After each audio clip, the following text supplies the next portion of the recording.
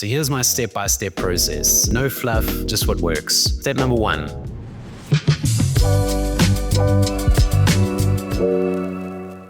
Hey everyone, I'm Kyle Fraser and welcome to Never Think Alone, the show where we break down creative innovation, real-world collaboration, and the psychology that lets you unleash your team's creative potential.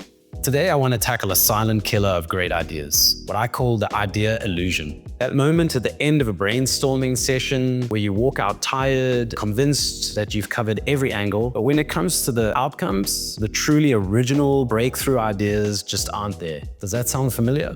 We've all been there. Another round table that feels like deja vu, the same ideas in a different font.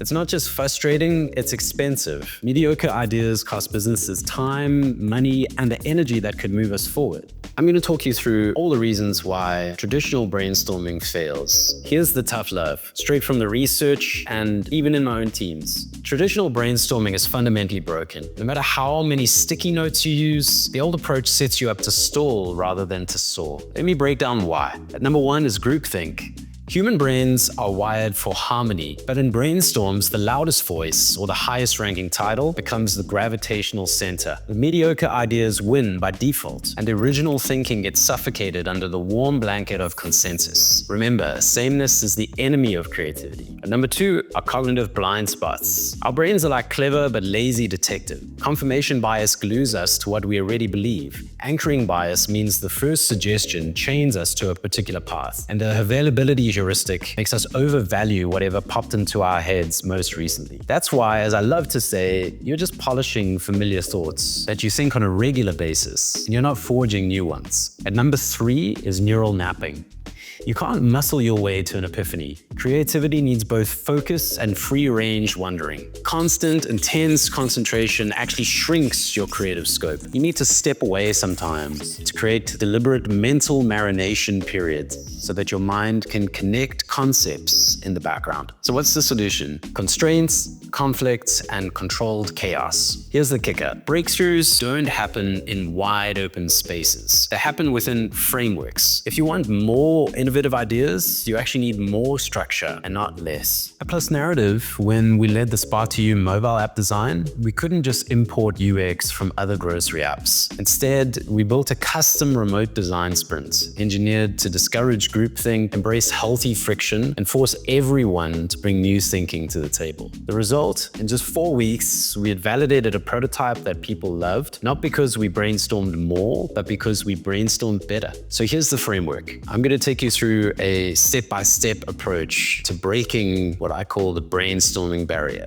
At the beginning of this, I promised you something actionable. So here's my step-by-step process. No fluff, just what works. I've blended hard-won lessons from the trenches with science-backed tactics that you can start using today. Step number 1 is a solo idea sprint. This you should do before the session as pre-work, preferably 48 hours before you have a brainstorm. Email all participants ahead of time with 3 specific prompts. What's the worst possible way to approach this? How would Apple or NASA solve this? If money and time were no object, what would we try then? Everyone should write down 3 to 5 crisp ideas. And there's a critical rule. There should be no sharing before the session. This will break the anchoring bias and prime real diversity of thought. Step number 2, silent idea generation. You can do this in 15 minutes when you first start the meeting. Everyone should silently write down their ideas on sticky notes or digital board, whatever works, and keep the names off of the ideas so that every thought stands on its own. Here we go for quantity and not quality. More is more. Step number 3 is categorization. I like to use dot voting, which can take about 10 minutes. Group similar ideas into themes quickly, still no debating. Use dot voting to essentially identify patterns. Look for the winners and unexpected pairings or wild cards. Step number 4 is structured conflict. In around 20 minutes, you want the top 3 to 5 themes to have anti-teams trying to break them down. Try to break each idea and list the flaws, poke all the holes, give everybody the opportunity to share the things that they disagree with. And here you want to challenge those anti-teams to patch the weaknesses that they found too. Remember, the point of group discussion is not happiness or consensus. It's extracting the most truth possible. At step number 5 is bias busting. I like to use Scamper. It can take about 15 minutes. Pick the strongest ideas and then run them through the lens of Scamper. Substitute. What can you replace? Combine. Can we fuse these different ideas together? Adapt. What if you had to apply that idea to a new context? Modify. Should we magnify, minimize, or tweak a piece of an idea? Put to other uses. How else could this idea potentially work?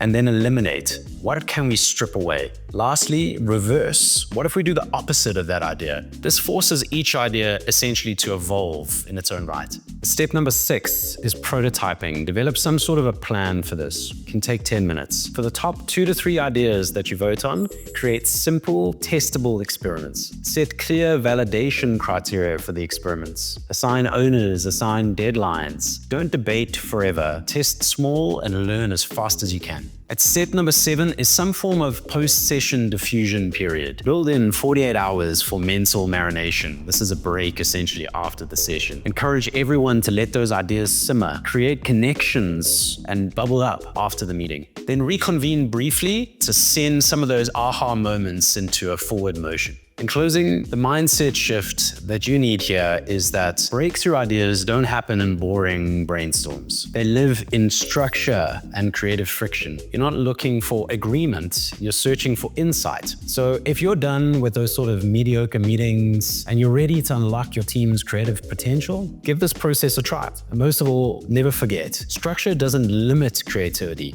It unleashes creativity. Clarity is a form of kindness, and conflict can actually fuel innovation. If you found this helpful, share it with your team, share it with somebody who may find it of interest, subscribe for more, or DM me your biggest brainstorming frustration. I'll make sure I read all of those and I'll reply to you with some of mine.